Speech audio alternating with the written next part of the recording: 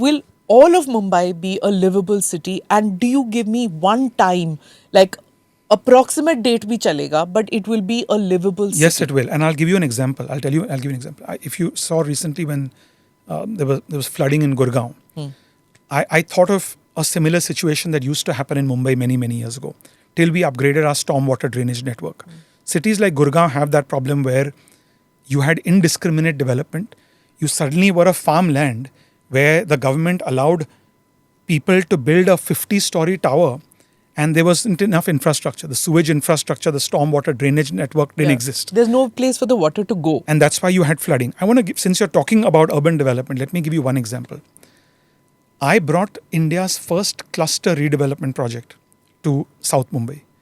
An area in Mumbai Devi, which is like the Bhendi Bazaar area, congested to the core.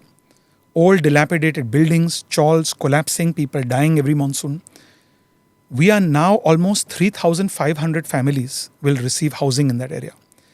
In fact, our policy, our state government's policy, and I've said this to the government of India as well, when it comes to urban regeneration and urban renewal, especially from a housing point of view, for slums, for people living in dilapidated buildings, is one of the best urban development policies in the world. And I really encourage, if state governments came to Mumbai, came to Maharashtra, studied our slum rehabilitation policy, studied what you said is MHADA, which rehabilitates chawls. If we do that across the country, you can truly make every city livable. When I saw Salam Mumbai, I was, overcome with shame. Everybody was like, oh, what a lovely movie. Seeing movies like that, it shamed me so much. And I said, mere lifetime mein ye kabhi badalna chahiye. Today I'll tell you, gone are the days where people, bleeding hearts would say how beautiful the city has so many slums.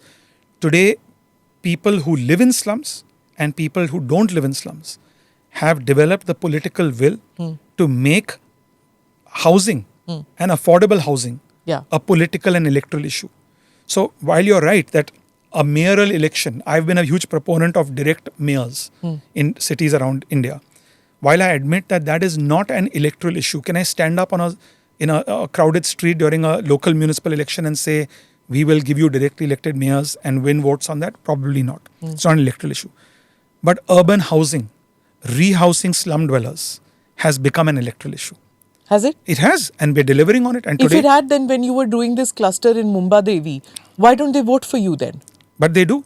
People accept that. People, for example, now in a place called Ramabai Ambedkar Nagar in Ghatkopar, which is one of the largest slums in Asia after Dharavi. I know, I've done a story on it. Today, 14,000 families have been made eligible. In fact, Eknath Shinde, when he was chief minister, he implemented it. He brought different agencies together. Not only is it a win-win for the slum dwellers, but the government will stand to make almost 10,000 crore rupees. So there are win-win schemes in place where you can rehouse people, you can rejuvenate the city, government can make money to invest in the infrastructure.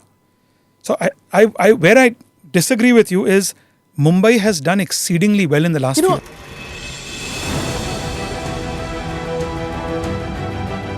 Namaste, Jai Hind. You're watching ANI podcast with Smita Prakash.